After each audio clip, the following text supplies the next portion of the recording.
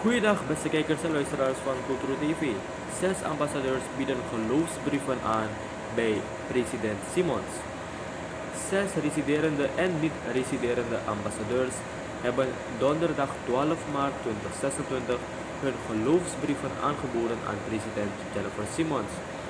Tijdens afzonderlijke ontmoetingen op het presidentieel paleis spraken de gezanten en het staatshoofd over het verder versterken van de diplomatieke relaties en het verdiepen van de samenwerking tussen Suriname en hun landen.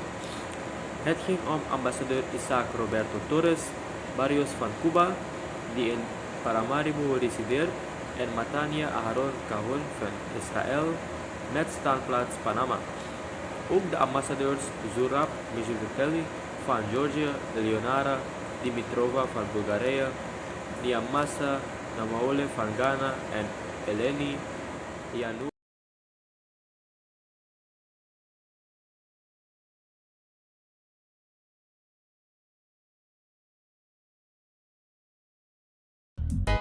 Dek you grabasi ano sheng Masa pemba ano sheng Begadoti ano sheng Na tampum fui ala. De koffie staat klaar.